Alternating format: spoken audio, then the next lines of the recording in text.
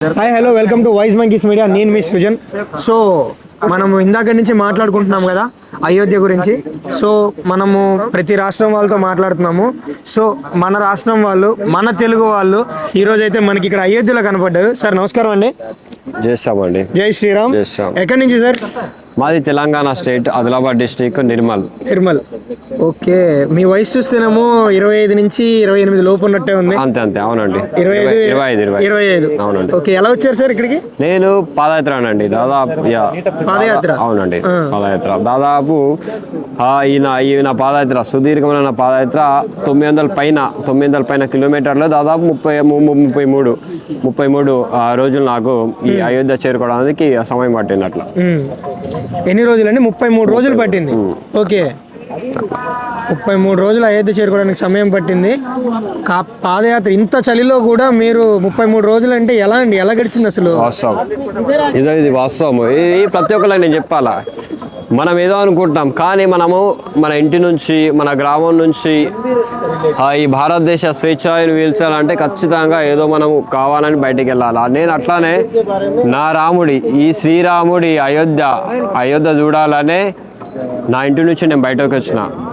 నాకు ఎన్ని ఒడిదొడుకులు వచ్చినా, ఎన్ని కష్టాలు వచ్చినా ఒకే ఒక్క మాట శ్రీరామ, ఈ జపంతో నేను ముందుకు వచ్చిన.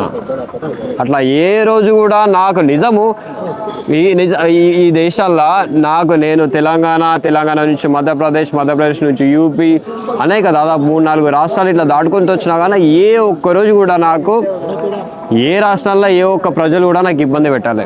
ఎందుకంటే ఏ ఆటంకం అస్సలు లేదు. ఎందుకంటే ప్రతి ఒక్కరు నా పాదయాత్రలో భాగంగా ప్రతి ఒక్కరు నాకు ఏదో రకంగా, ఒకరు వాటర్ బాటిలే కానివ్వండి, ఫ్రూట్సే కానివ్వండి, ఆహారానికి ఏది ధనం పైసలే కానివ్వండి, ఏదో ఒక విధంగా సాయం చేశారు నాకు. రాముడే మనిషి రూపంలో వచ్చి మీకు ఎక్కడికక్కడ సాయం చేస్తూ వచ్చారు. అంతే వాస్తవం మాట ఇది ఖచ్చితంగా. ఆ మహానుభావుడు, ఆ ఆదిపురుషుడు, ఆ రాముడే నిజము, ఆ రాముడే నాకు సాయం చేసిండు.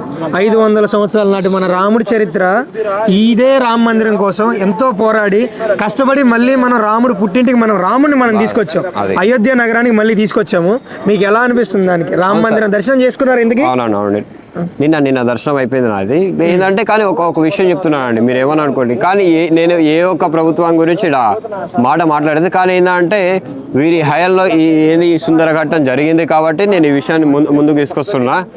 ప్రధాని నరేంద్ర మోదీ గారు ఇవ్వండి, ఈ రాష్ట్ర ముఖ్యమంత్రి యోగి ఆదిత్యనాథ్ గారు కానివ్వండి, నిజం చెప్తున్నా, పెద్ద అంటే మహా పెద్ద విషయం ఇది. ఎందుకంటే సనాతనవాదుల గుండెలో ఒక ఏంది ప్రతి విషయాల్లో నిజము శ్రీరామ అని ఎన్నోసార్లు మనం అంటాము. అంటే ఏదో మన మందిరము ఎప్పుడైనా ఉత్సవం లేదో అని అనుకుంటాం, కానీ వీళ్ళ హయాంలో జరిగింది కదా నిజము. వీళ్ళకి మాత్రం ఖచ్చితంగా చెప్తున్నా, నమస్కారాలు చేస్తాం, భారత్ మాతకు జై. ఇటువంటి నిజం మళ్ళీ అనేకంగా ఏదైనా అవసరం ఈ ప్రభుత్వం రావాలి నేను అన్నా, కానీ ఖచ్చితంగా ఒకవేళ ఈ ప్రభుత్వం వస్తే మళ్ళీ ఎటువంటి అద్భుతాలు జరుగుతాయో అది మాకు అర్థమైంది సార్. దగ్గరగా 900 నుంచి 1000 కిలోమీటర్ల డిస్టెన్స్ నుంచి 33 రోజులు పట్టిందంట ఆయనకి తెలంగాణ ఆదిలాబాద్ నిర్మల్ నుంచి రావడానికి.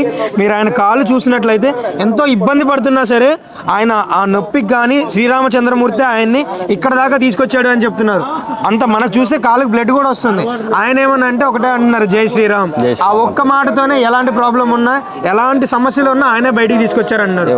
మన యూత్కి, మన సనాతన ధర్మానికి మీరు ఏం చెప్దాం అనుకుంటున్నారు? ఒక్కటేనండి, నిజం చెప్తున్నా, ఎవరు కూడా కానివ్వండి మత కలహాలు అస్సలు లేవు, వాస్తవం ఇది. కానీ ఏంటంటే దయచేసి మీకంటూ నేను ఏంది ఈ విషయము మీ ముందు తీసుకొచ్చిన పెద్ద విషయం కాదు. ఏంటంటే దయచేసి కాసోకు ఇస్తాం, ఫలానా వ్యక్తి అరే ఏంటంటే ఇలా రేపు గుర్తుంచుకునే ఒకటే, ఫలానా వ్యక్తి ఏది ఇప్పుడు ముస్లిం అనుడికి ఆ వ్యక్తి గడ్డం పెంచుకుంటాడు, అట్లా టూపీ పెట్టుకుంటాడు, ఫలానా వ్యక్తి శిలువ వేసుకుంటాడు, ఆయన క్రిస్టియన్ అంటాం. అట్లానే మనం సనాతనలు కాదు, సనాతనవాదులకు ఎటువంటి గుర్తింపు లేదు. అంటే ఏంటంటే నామమాత్రంగా ఏం లేదు, నేను హిందువుగా ఏది ఈ వారం సోమవారం నేను శివాలయానికి వెళ్తున్నా, మంగళవారం రోజు నేను హనుమాన్ టెంపుల్కి వెళ్తున్నా, ఇది కాదండి. నేను నిజం చెప్తున్నా, ఏదో ఒక రోజు నేను నిజం చెప్తున్నా, మీకు ఆ రోజు ఖచ్చితంగా గుర్తొస్తుంది. ఈ ఇబ్బంది పడే రోజు ఖచ్చితంగా మీ ముందుకు వస్తుంది. కాబట్టి దయచేసి ప్రతి ఒక్కళ్ళు దాదాపు 5 గ్రాములు నా సింధూరం కానీ కుంకుమ కానీ ఖచ్చితంగా ధరించాలని నాది ఇది ఒకటే వినతి. అట్లా ప్రతి ఒక్కరు మన గుర్తింపు కోసం, మన సనాతన ధర్మాన్ని నిలబెట్టడం కోసం ప్రతి ఒక్కరు కుంకుమను కానీ బొట్టును కానీ ఖచ్చితంగా ధరించాలి. 5 గ్రాములు, కేవలం 5 గ్రాములు అని చెప్తున్నారు. మనకంటూ ఒక గుర్తింపు కోసం ప్రతి ఒక్కరికి ఒక గుర్తింపు ఉంది. ఖచ్చితంగా అండి మీ మాట ప్రతి ఒక్కరు ఫాలో అవుతారు, ప్రతి ఒక్కరు చూస్తున్నారు కూడా. జై శ్రీరామ్, జై శ్రీరామ్, జై శ్రీరామ్. జై శ్రీరామ్.